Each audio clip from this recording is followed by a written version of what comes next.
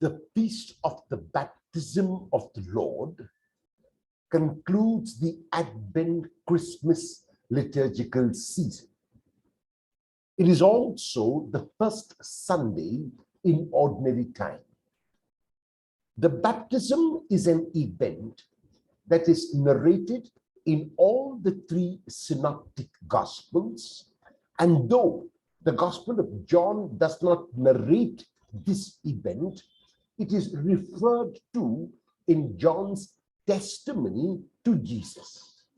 The fact that all the evangelists either narrate the event or allude to it is a clear indication that for the early Christian community, the baptism was an event that was of prime importance in the life of Jesus.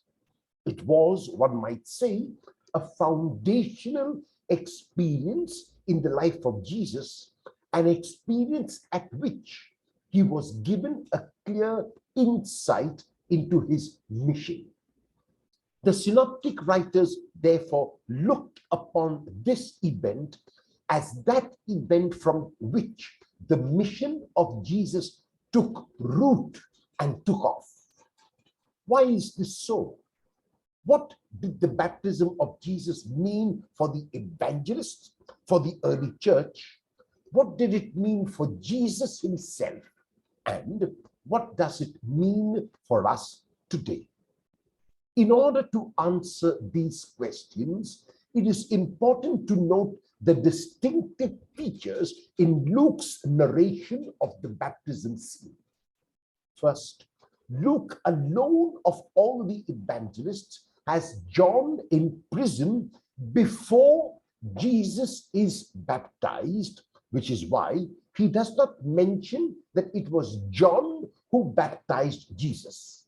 While this serves on the one hand to show that Jesus is definitely much greater than John, it also serves to point out the fact that with the baptism of Jesus, John's work, John's era is over.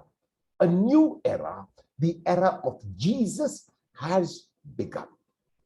Second, Luke alone has Jesus praying before his baptism and the Holy Spirit descending on Jesus in bodily form like a dove. By adding this detail, Luke emphasizes both the tangibility and the inexpressibility of this event. The tangibility is expressed through the words in bodily form, and the inexpressibility is expressed by stating that it was not a dove, but like a dove.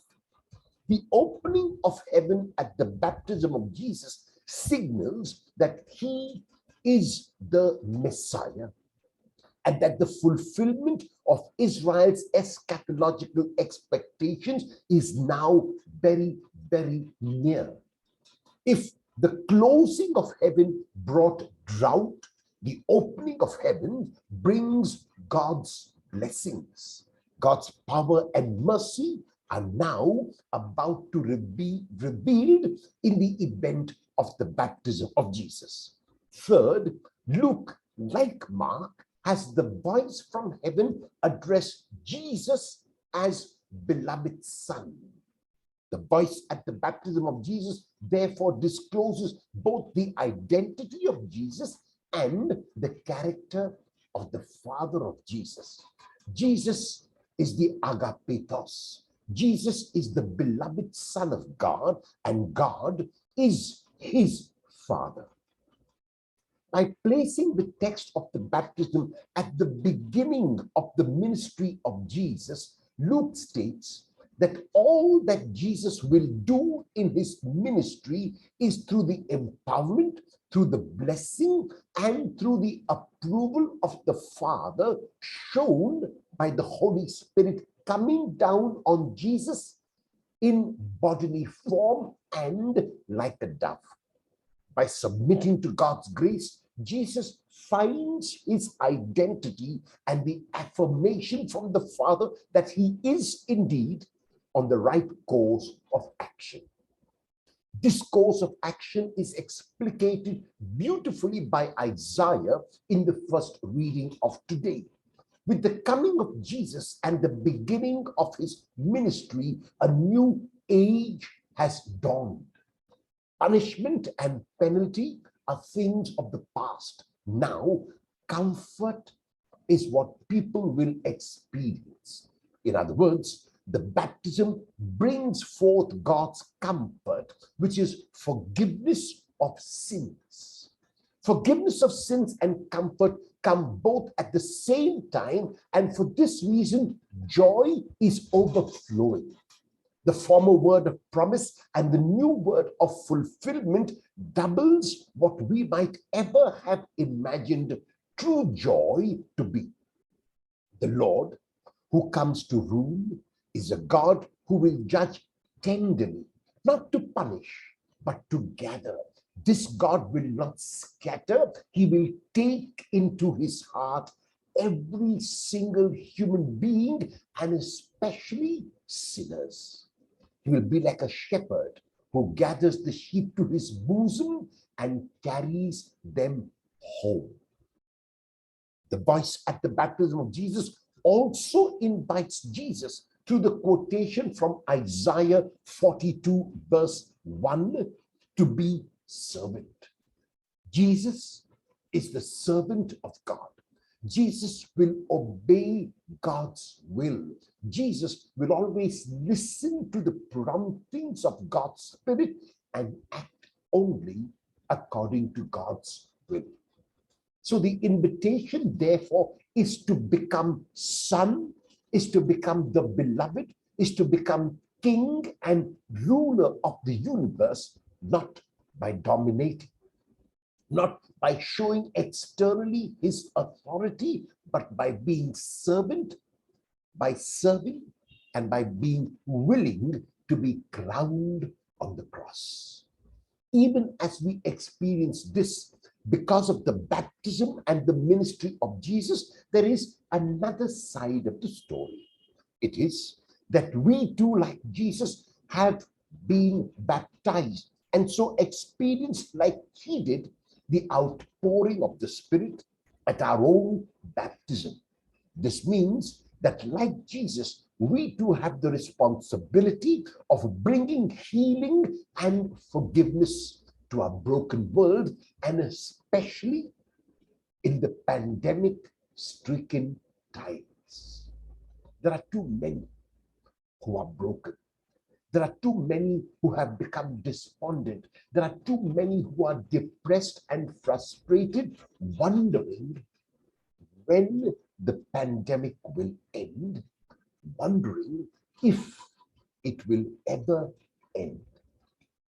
Our responsibility, therefore, is to bring hope, because we, as disciples of Jesus, have been given this hope.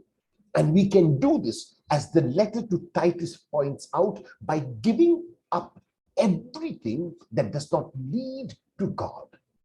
This will mean giving up all kinds of selfishness, all kinds of self-centeredness, all kinds of attitude which take us away from God, that make us concentrate only on God and not on ourselves. This would mean giving up worldly ambitions which create in us the desire to have more, to accumulate, to gather, rather than to be more and to give, even at cost to ourselves. This would mean reaching out in loving service, as Jesus has shown, reaching out to those who are blind, those who are lame, those who are deaf, those who are dumb, those who are paralyzed. If we cannot heal them physically like Jesus did, to show through loving actions that Jesus is alive and that our baptism has made a difference in our lives. This would mean giving till it hurts, just as Jesus gave when he gave not merely gifts and healing, but when he gave his very self. At our baptism, we receive the kindness and love of God. We receive these gifts not because of any righteous action on our part, not because we merited it, not because we deserved it, as the letter to Titus reminds us. We receive them because God in Jesus is a compassionate God, is a loving God, is a caring and forgiving God. The consequence of the baptism of Jesus was giving of himself totally and completely. What will the consequence of my baptism be?